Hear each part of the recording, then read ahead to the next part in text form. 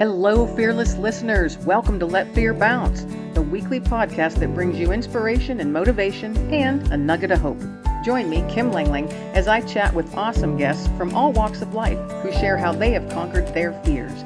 So get ready, my friends, to be empowered to let your own fears bounce. Hello, everybody. Welcome to another episode of Let Fear Bounce. This is Kim Langling, your host, and I am so happy that you're deciding to spend just a small part of your day with myself today and my special guest, Joanne Greene. Now, she is an author and a podcaster, folks, and she never bought into the adage, little girls should be seen and not heard. Amen on that one.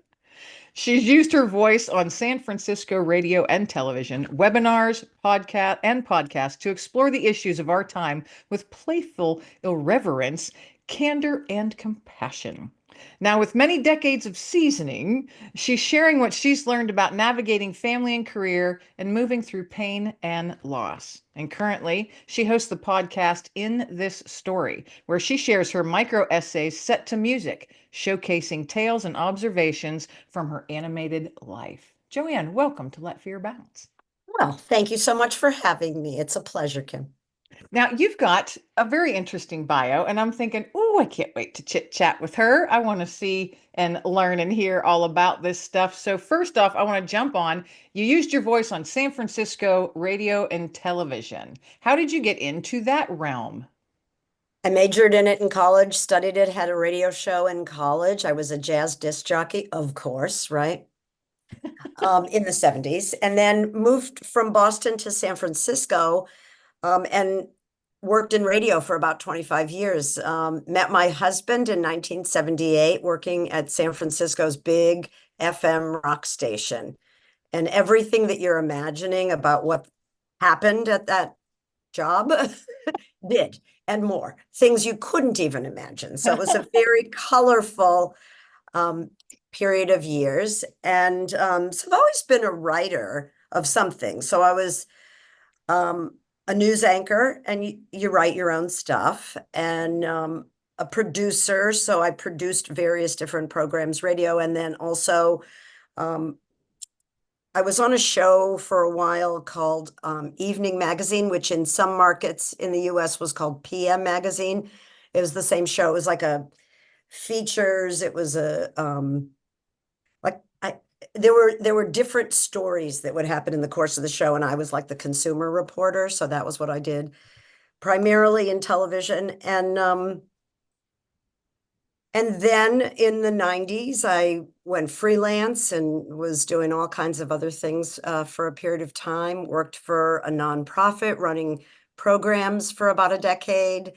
And all the while, this is my story, all the while being a person in constant motion, super high energy, feeling like I was only as good as my output, my production, trying to be the perfect wife, the perfect daughter, the perfect sister, the perfect mother, the perfect volunteer in schools and all that. And sometimes we have to learn that some things have to be sacrificed. And so the universe comes in and just gives us these lessons invariably. And so I had a lot of lessons, and that's kind of my story that I'm sharing with everyone. Is the basic bottom line is we can't control what happens to us in life, but we can control how we respond.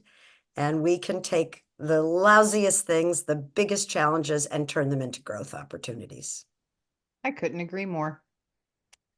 Now, sometimes when you're in those instances, you don't look at it that way. And a lot of times it's hindsight. You're like, wow, look at the lesson I learned. I failed at that spectacularly, but look at the lesson I learned, And so then sometimes you get another opportunity to practice this lesson that you just learned. And often you won't, and sometimes you do. And that's how we grow and get better. Absolutely. Absolutely. You are also an author. I do want to talk about your podcast, but you're also an author. And your first book is called By Accident, a memoir of Oh, letting. sweetheart, it is my first and only. Oh, okay. I am done writing books. It was a wonderful You're experience. very emphatic on that. Oh, yeah. Oh, yeah. I mean, you're an author, it's it's an enormous amount of work. Writing the book is only one tiny little step in the Right. process, right? Right. So I had a crazy 10-year period and learned a whole lot. And I always knew there'd be a book in me someday. And coming out of this period of major loss, I lost my mother, my sister, and my brother in a 4-year period.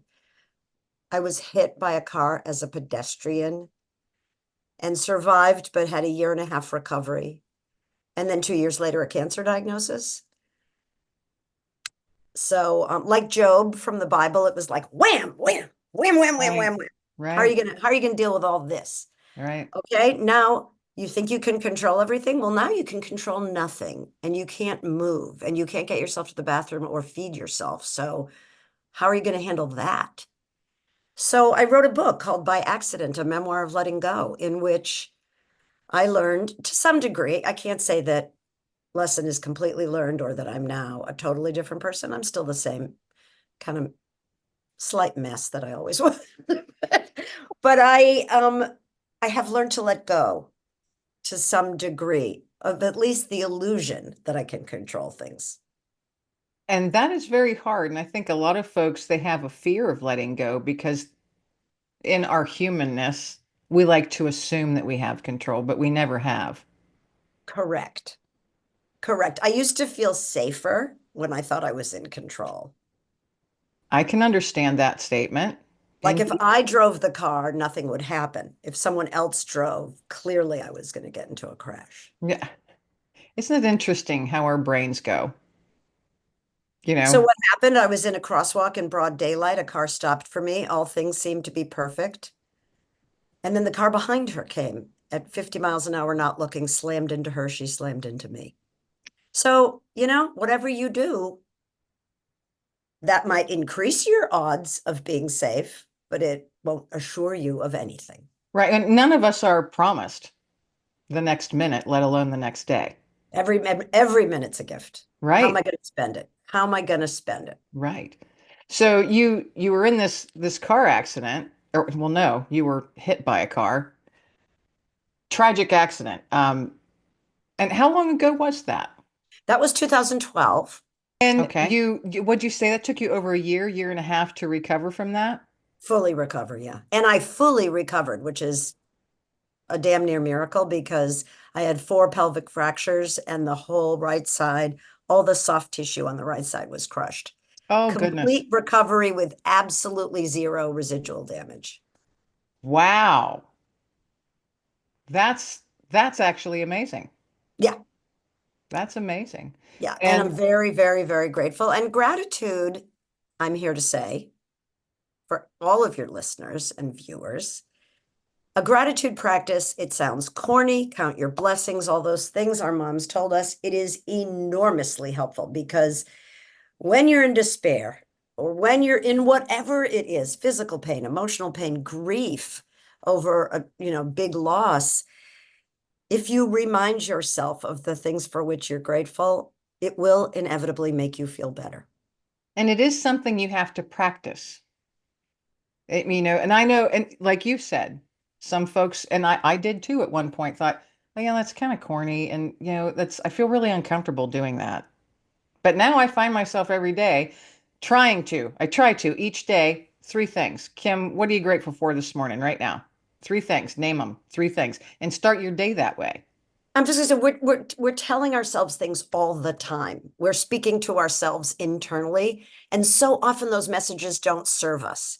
So what I have been learning to do, and I say learning because I don't think you ever completely learn, is to constantly question if what I'm telling myself is serving me.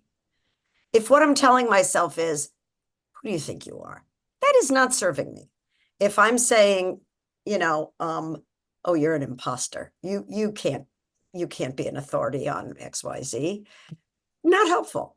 But if I say to myself, and I did say to myself after the accident, from the minute it happened, okay, let's do this. Okay, I can do this. And even when I didn't believe it, Mm. I said it. And if you say it enough times, you convince yourself, I can do this.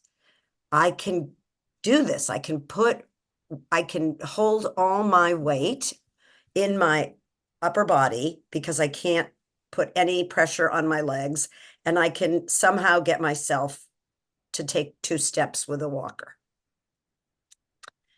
and so many other things like that. It, and you're right. And I completely agree. That's my everybody has their own way of giving themselves a pep talk. But I've also found that sometimes, like you had said, you throw in those negative words as well. So your pep talk is turning into kind of negative, like, come on, Kim, you can do this, you dumbass. Right. You throw stuff in like that. At least I do. I can't be the only one out there on the planet that does that. And I've had to actually learn to stop tossing those negative ones in there, because I'm like, what am I draping my negative anchors around my own neck for? And stop apologizing. We apologize constantly. Yes. I'm It sorry. makes it What? meaningless. If you're constantly saying, I'm sorry, but it's like, Right. I agree. I agree. take a stand. Yeah, for yourself, if for no one else. Yeah. Yeah. And everybody reaches a time in life, I think, where you do.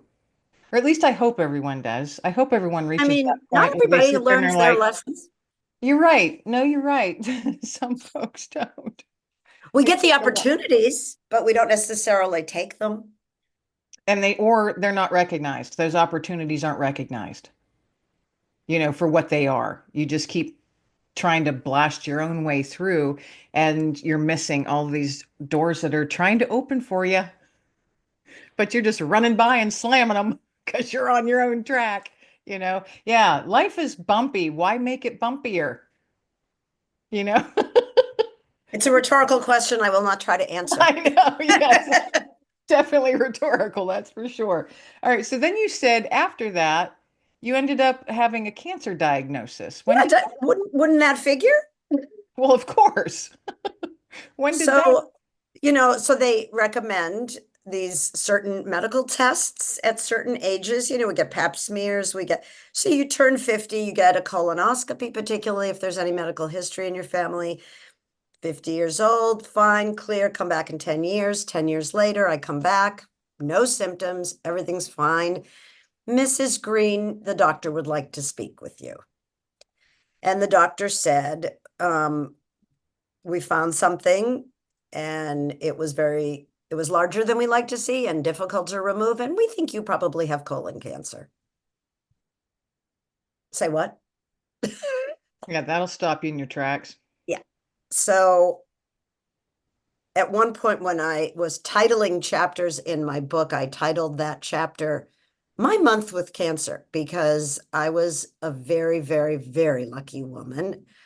It was unclear how much it had spread, how serious it was, what kind of treatment path I would be required or encouraged to take. And as it turned out, I had a significant surgery and didn't need any other treatment. So in 1 month's time, I went from diagnosis to you're going to be okay. What a blessing that is. Yes. So number one, I would say if anybody tells you that you should have a colonoscopy, promptly say yes and, pull up your big girl pants or your big boy pants and go and do it. Because I would be dead today had I not done that. Yeah. No symptoms. Like I was fine. Yeah, my best friend, years ago, she was actually on my 40th birthday. She passed Oh, away. you're not over 40, Kim. Well over. Well over, but thank you. But my 40th birthday, she passed away from colon cancer, and she'd been battling it for 2.5 years. And that was such a hard journey to watch. I can't even imagine being in her shoes. But she herself said I had no symptoms. She went in and just had a colonoscopy. And unfortunately, hers was more advanced. Um, but yeah, it's a good reminder, folks, that is it uncomfortable? Do you want to go do it and have it done? No, nobody does. And heck, us females, look at all the tests we have to do, you know, I mean, a mammogram is such a Mammograms, joyful pap experience. smears, colonoscopies, it's like every orifice. And the prep is such a pleasure as well. But Right. here's the thing, you know, it was a case for me of, like loss upon loss upon loss upon literally getting hit by a car and then a cancer diagnosis. Like, really? Right. To Yeah. what do I, attribute this joy or this Yeah. series of events? And I just kept saying, okay, we're going to get through this. We're going to get through this. And here's how. We're going to cry and we're going to feel sorry for ourselves. And then we're going to pick ourselves up, dust ourselves off, and take a step forward. I say the same thing. I'm like, give myself for 24 hours, cry, scream, yell, go out in the backyard, punch stuff, do whatever you have to. But after 24 hours, Kim, you're going to pull up your big girl panties and you're going to face this head on, period, because you don't have a choice. What have you But had to take your face? 24 hours and, do what you need to do. What's been the toughest thing you've had to face, Kim? Not that I'm Um, interviewing you, but why I not? had I was helping my mom. She had had major surgery and we just got her home. So I was changing the shower head in her bathroom and I fell in the bathroom, of course, where everyone seems to. And I fell between the toilet and the tub and slammed my rib cage. And I'm like, oh, something broke. And that's like just it really hurt. But me, I didn't want my mom freaking out because she is literally just home from the hospital. I'm like, no, I'm fine, mom. I just knocked the wind out of me. So I got her settled and went home. And the next morning, I'm like, oh my gosh, this is bad. So I went to the ER, and of course, they did all their x-rays and CAT scans and all that. And they said, you're just severely bruised and you have a slight hairline fracture in this one rib, but you also have a nodule in your lung. You better go see your PCP. And I went, what I don't know what does that mean, nodule in my Called lung? an incidental finding. They're looking for one thing and they go, oh, look at this. Right. And of course they can't tell me. I'm like, because I was like thrown off. So went to my doctor, had more tests done, and they said, okay, everybody has nodules in their lungs. And so, yours does not present as cancer. We're going to keep a really close eye on it. And if anything ever changes, then we will have to look at it closer. So for a year and a half, every 3 months, I had a CAT scan, and every 6 months, a PET scan. And PET scans, it's they put all that stuff, the radiation in you so they can see, and if you light up, then it's pretty much cancer. Well, nothing was lighting up, nothing was lighting up. But then all of a sudden, I called it my little nugget, my little peanut, that little nugget in my lung grew. And they went, it's still not presenting as cancer, but it grew. And we don't like to see that, and we really think it needs to get on out of there. So you had So, a lung resection? yeah, Said the woman who also had a lung resection for the exact same reason. I'll be darned, And so, but afterwards, I got to tell you, that was the toughest thing I've ever been through physically. It really, for me anyway, it was a tough recovery for me. But afterwards, after the surgery, like day two, right before no, they sent me home in less than 24 hours. Um, so the next morning when I woke up, the surgeon came in and he said, you probably don't remember what we told you yesterday, but it's non-cancerous and all this, blah, blah, blah. And I was like, oh, wow, thank you. And he goes, and he goes, I got to be honest with you right now. I'm really surprised that it wasn't cancer simply because of the way it grew. I go, but you told me the entire time it didn't present as cancer. And he goes, I'm still surprised. And I went, well, it's a good thing I went into this surgery with my brain saying, just getting it out of there because it's not cancer. And that was my mindset. It is not cancer. So I Kim, you wasn't clearly have fearful. not read my book yet because there is literally a chapter in my book where they tell me if it looks like this and it grows like this, it's cancer. And I say lung cancer or a metastasis of the colon cancer. And they say, we're not sure. I said, which is worse? They said, it depends. Wow. So you had to have lung The surgery. exact same surgery you have. How long after the colon surgery did you have lung surgery? They followed it for 2 years, just like they followed yours with Mm. continued testing, and it kept growing. The largest one kept growing. Turned out it was a granuloma. Is that what they said yours was? I can't remember. It basically means it's a mass of tissue that's not cancer. Right. Yeah. Yeah. Yeah. So we're separated at birth, you and I, and but we're both also here and Right. healthy. Right. And that was actually, and I had that surgery 1 month before my granddaughter was born. And my mindset was like, it's not cancer because I'm going to be a grandma, period. And I'm going to be around to be the coolest grandma this child's ever had, you know? And so I went in with that kind of mindset, but it was tough. It was for me, that The just my personal tests that journey. we get in life are very tough. And, Yeah. nobody escapes that. Nobody No. escapes getting tested. And yeah, it's really what we do in the face of those terrifying moments And that yet, I was going to sets us ask up. you, how did fear play a part in any of this? I mean, you've had quite the journey. And, I too had a year where it was loss after loss after loss, only mine was 3 losses within 6 months. And it was just so hard, so hard. We've all had it. And another instance where I was like, on my knees on my living room floor, and I'm like, Kim, you got to pull yourself together.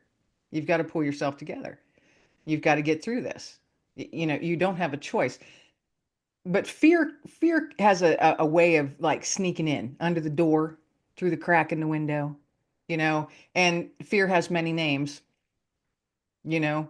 How did that work or play into all of the stuff that you went through? Because that was, I mean, it might have happened over years, but still, that's so much. How did fear play a part in any of that for It's you? real.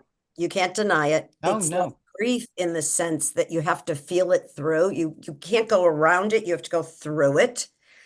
Um, One of the best lessons that I learned was, because as I said, we're talking to ourselves, and when you're in a fear spiral, what you're saying is, and then this could happen, and then this, so if you're looking at a possible cancer diagnosis, I'm imagining myself with my hair falling out, and my head is in the toilet and I'm vomiting and all this. And then I would stop and I would say, wait a minute, what do you know to be true right now?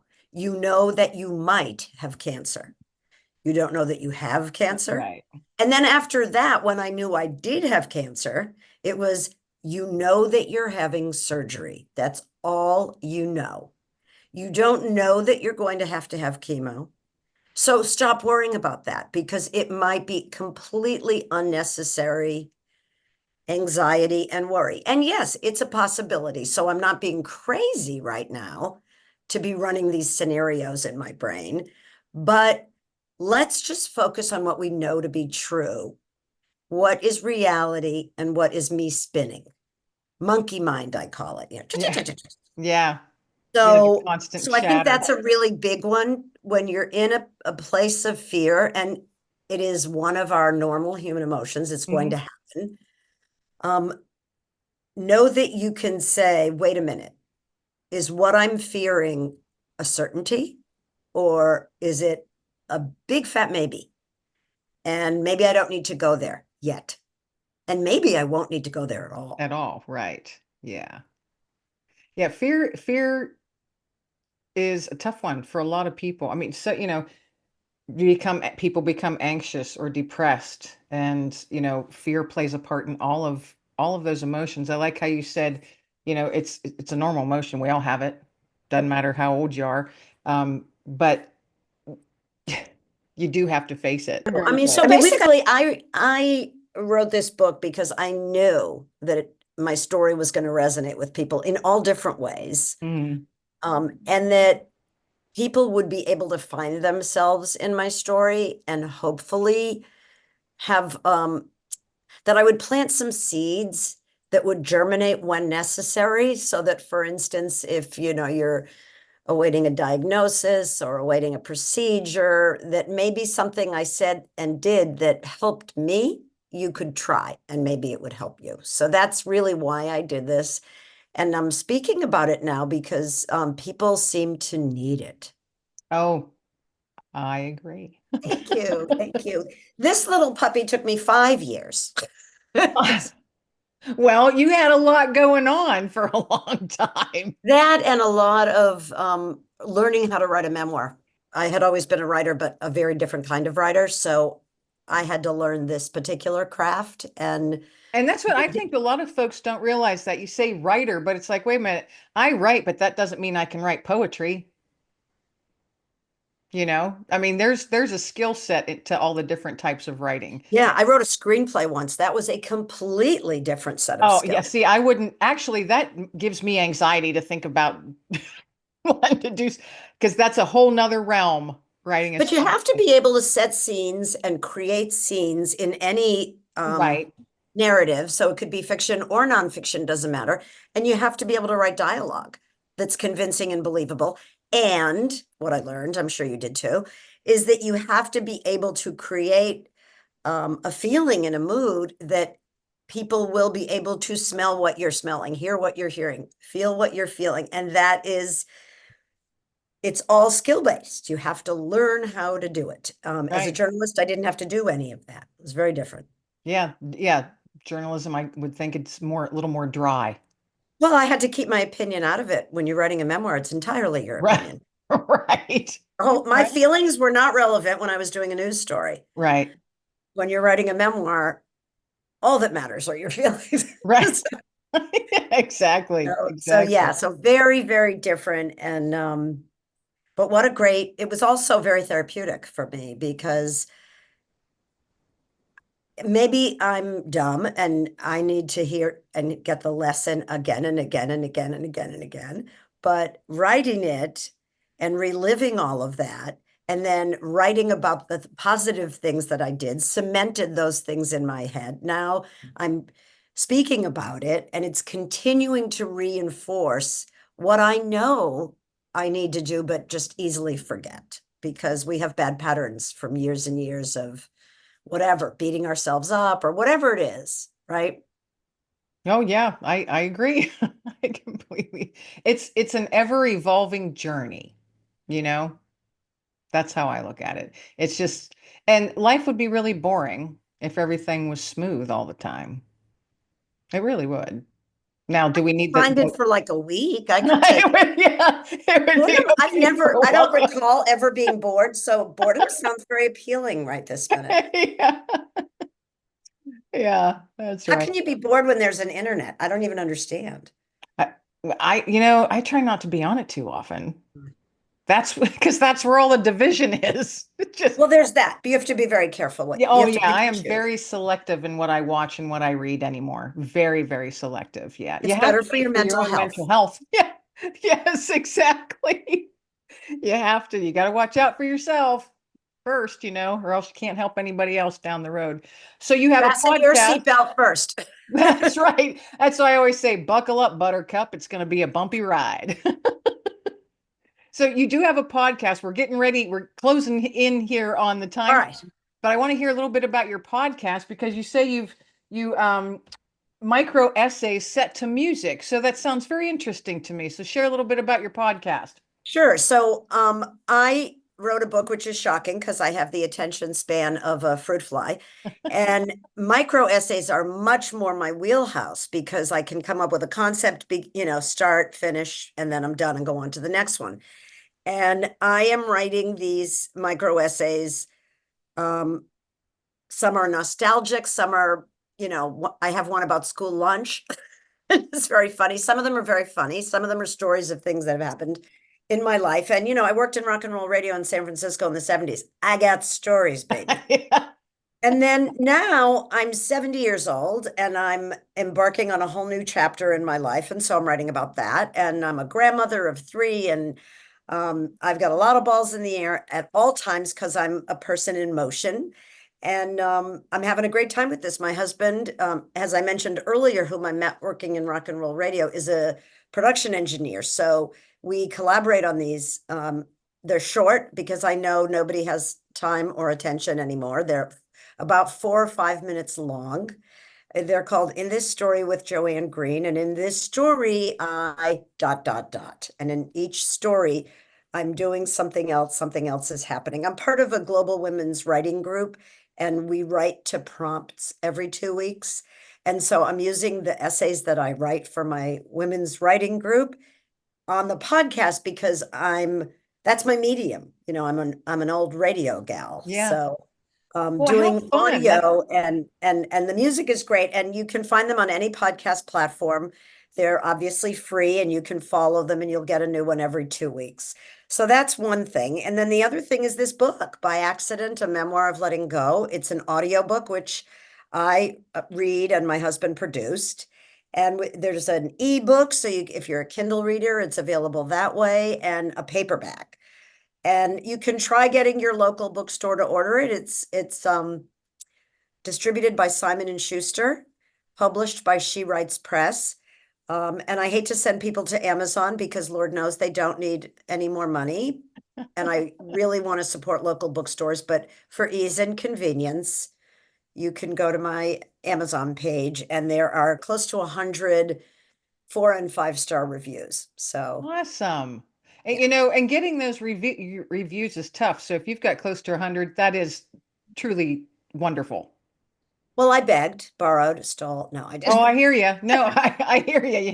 It's like all these people buy your books. You're like, can you please go on and leave a review? And maybe two do out of the 65 that bought your book that first week. You know, Correct. Correct. yeah, it's Yeah. frustrating at times being an author. It's frustrating, but Well, it's always frustrating being an author. you're right. You're right. And you were saying support your local bookstores. Unfortunately, where I live, the closest brick and mortar bookstore now is 45 minutes away. They closed all of them. It's Yeah, tragic. It's it really, is. really tragic. It's horrible. So, and the small town libraries um, are having a tough time staying open. And to me, a library is probably one of the coolest places to go. I I love took my libraries. granddaughter for the first time to the library about a year ago, and she said, I want to buy this one. I said, no, you don't have to buy it. You can borrow it. She said, what do you mean?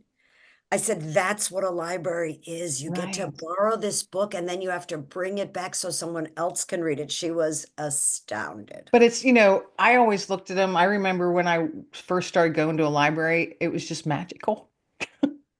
I stood there and even now, I'll walk into a library and I just look at all these rows upon rows upon rows of books and it's just like, oh, well, where do I'm I go I'm first? I'm completely Yes. with you. And I will also answer any email. I should share my website. Yes, It's I was going to say if you could please share where people can find you and all your good stuff. And then They after can that, find me and all of me, almost all of me, at joanne-greene.com. So just a hyphen, Joanne, Joanne, hyphen GREENE.com. And through that, you can sign up for whatever, my newsletter. I haven't done one in a while, so there might be one, there might not be one, but certainly if you email me, I will write back to anybody. And I would love to hear what you think of the podcast, the book, whatever. awesome. Awesome. All right, folks. So you heard it there, joanne-greene.com. It'll be on your screen, but also in the show notes and the description, depending upon where you're listening or watching this on, Spotify or Apple or YouTube, what have you. Now, Joanne, I ask all of my guests before we wrap up the show to toss out a nugget of hope to the listeners. So something that's motivational, maybe inspirational, something that they can tuck away and carry with them throughout the rest of the day. So what would your nugget of hope today be for the listeners? Once again, like count your blessings, it was something my mom said. And I rolled my eyes.